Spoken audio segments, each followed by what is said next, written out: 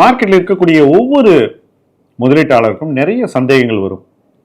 Personal ஃபைனான்ஸை பற்றி, mutual ஃபண்ட்ஸை பற்றி, dead இன்வெஸ்டிங்கை பற்றி, கோல்டை பற்றி, சில்வரை பற்றி, பிஎம்எஸை பற்றி, இண்டெக்ஸை பற்றி, போர்ட்ஃபோலியோ எப்படி உருவாக்குவது அப்படிங்கிறத பற்றி, நாம் எப்படி ஒரு பெட்டர் இன்வெஸ்டர் ஆகிறதுன்றத பற்றி இப்படி பல கேள்விகள் உங்களுக்கு வரும். இந்த கேள்விகளுக்கு ஈஸியாக விடை கிடைப்பது இல்லை என்று பலர் நம்மிடம் சொல்கிறார்கள்.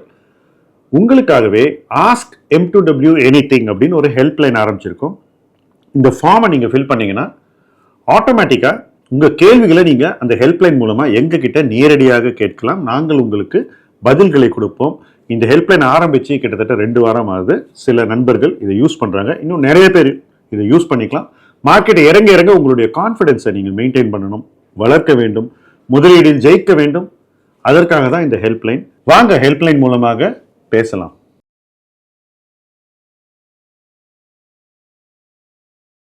ஃப்ரெண்ட்ஸ், இப்போ நாம் பேச போகிற தலைப்பு பெரிய தேவைகள், சிறிய முதலீடு.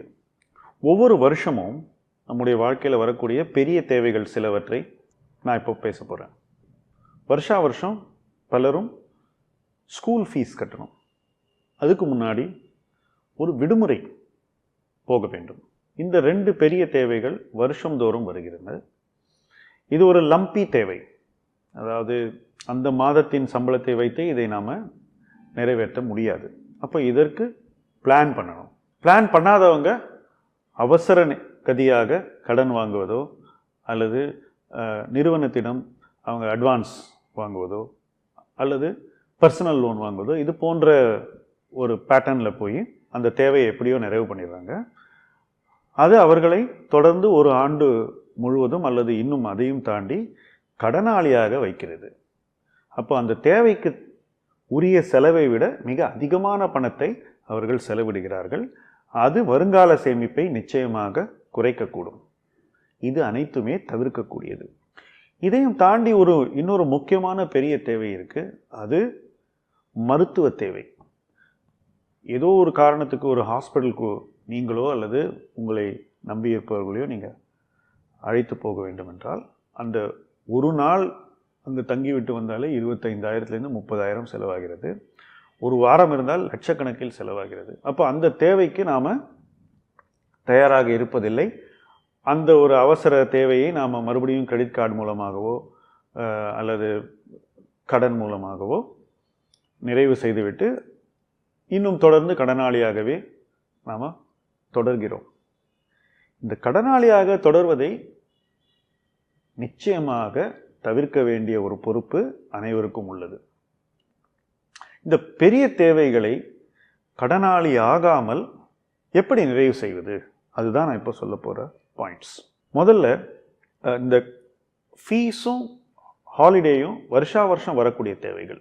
உங்களுக்கு தெரியும் அது எப்போ வரப்போகுதுன்றது தெரியும். அப்போ அதற்கு முந்தைய ஆண்டே சிறிய முதலீடுகள் செய்து அந்த ஒரு தேவைக்கு ஏற்ற மாதிரி சேமிப்புகளை செய்து அந்த உரிய பணத்தை தனியாக வைத்து அதை செலவிட வேண்டும். இதை பெரும்பாலானவர்கள் செய்வதில்லை. ஹாலிடேஸ் வருதுன்னா அதற்கு ஒரு 10 நாள் முன்னாடி தான் எங்கே போகிறதுன்னு முடிவு பண்ணுறோம், அல்லது 20 நாள் முன்னாடி முடிவு பண்ணுறோம். அதுக்கப்புறம் தான் எங்கேருந்து பணம் வரும்னு டிசைட் பண்ணுறோம். அதுக்கு பதிலாக முந்தைய ஆண்டிலிருந்தே இதுக்கு ஒரு சிறிய தொகையை மாதந்தோறும் ஒதுக்கி வைத்தால் அந்த பணத்தை கொண்டு நிச்சயமாக இந்த தேவையை ரொம்ப கம்ஃபர்டபுளாக நிறைவு செய்யலாம். கடனாளி ஆவதை முற்றிலும் தவிர்க்கலாம். வட்டி நம்முடைய சேமிப்பை குறைத்துவிடும். ஆகவே முன்னாடியே சேவ் பண்ணி செலவு பண்ணுறது எப்போவுமே பெட்டர். இப்போ ஒருவேளை ஒரு வருஷம் நமக்கு அந்த பணம் ரெடியாக இல்லைன்னா அந்த ஒரு வருஷம் நம்ம அந்த விடுமுறையை ஸ்கிப் செய்யலாம். அல்லது ரொம்ப ஷார்ட்டாக குறைந்த செலவில் ஒரு பக்கத்தில் இருக்கிற இடத்துக்கு போயிட்டு அடுத்த வருஷத்துக்கு இப்போதுலேருந்தே சேவ் பண்ணி அந்த அடுத்த வருஷத்து ஹாலிடேயை கிராண்டாக நம்ம என்ஜாய் பண்ணிவிட்டு கடனாளியாக இல்லாமல் இருக்கலாம். ஸ்கூல் ஃபீஸ்க்கு வருவோம். வருஷா வருஷம் வரக்கூடிய ஒரு தேவை இது.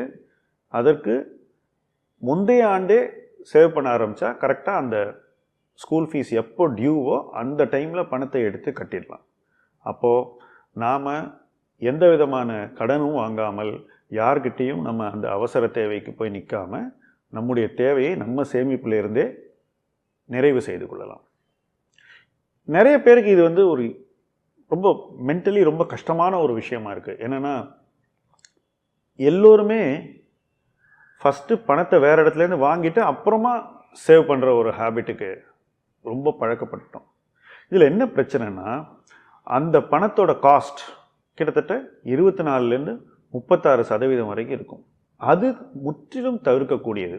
முன்னாடி பண்ணாக்கா அந்த காஸ்ட்டும் உங்களுக்கு ஒரு சேமிப்பாயிடும். அதை வைத்துக்கொண்டு உங்கள் வாழ்க்கையில் வேறு எதையாவது செய்வதற்கு நல்ல வாய்ப்புகள் இருக்கின்றன. மெடிக்கலை பொறுத்த மட்டும் மெடிக்கல் இன்சூரன்ஸ் மிக முக்கியமானது. ஸோ அனைவருமே அதுக்கு ஒரு சின்ன முதலீடை தனியாக பண்ணிவிட்டு மாதந்தோறும் எந்த விதமான கவலையும் இல்லாமல் இருக்கலாம். துரதிர்ஷ்டவசமாக ஒரு மருத்துவமனைக்கு செல்ல வேண்டிய இடத்துக்கு நாம் தள்ளப்பட்டால் அல்லது யாருக்காவது அவசரமான மருத்துவ வசதி செய்து கொடுக்க வேண்டிய இடத்துக்கு நாம் தள்ளப்பட்டால் நம்முடைய அந்த மருத்துவ காப்பீட்டை வைத்துக்கொண்டே நம்ம தேவைகளை நிறைவு செய்து கொள்ளலாம். அதோடு சேர்ந்து ஒரு கண்டின்ஜென்சி ரிசர்வ், அதாவது அவசர தேவைக்கான ஒரு ரிசர்வ் பில்ட் பண்ணி அந்த ரிசர்வ் மூலமாகவும் எந்த ஒரு அவசர நிலையையும் நாம் கடக்க முடியும். அப்போ எந்த ஒரு சுச்சுவேஷன்லையும் நாம் கடனாளி ஆகாமல் நம்முடைய அனைத்து பெரிய தேவைகளையும் நிறைவு செய்வதற்கு இது வழிவகுக்கும். இது யார் வேணால் செய்யலாம். நிறைய பேர் சொல்லலாம், சார் என்னுடைய சம்பளமே 20,000 இல்லை 25,000 தான், இதில் எப்படி நான் இதெல்லாம் பண்ண முடியும்? இந்த 20-25,000 சம்பளத்தை வச்சுட்டு தான் நாம் விடுமுறைகளை கழிக்கிறோம் அல்லது ஸ்கூல் ஃபீஸ் கட்டுறோம். எல்லாத்தையுமே நம்ம இருக்கக்கூடிய சம்பளத்துலேருந்து தான் செய்கிறோம். அப்போ அந்த ஒரு சம்பளத்தில் நாம் எப்படி மேனேஜ் பண்ணுறோமோ அதை நம்ம இம்ப்ரூவ் பண்ணிக்கணும். அதற்குன்னு உரிய பணத்தை ஒதுக்கிவிட்டால் நிச்சயமாக அந்த தேவை நிறைவு செய்யப்படும் காலப்போக்கில். எப்படியுமே அதுலேருந்து தான் பண்ணியாகணும். அதை முன்னாடியே பண்ணுறதுனால அதன் பலன்களை நாம் முழுவதும் அனுபவிக்க முடியும். இன்னொருத்தரை நம்பி இருக்க வேண்டாம். முக்கியமாக கடனாளி ஆவதை முற்றிலும் தவிர்க்க முடியும்.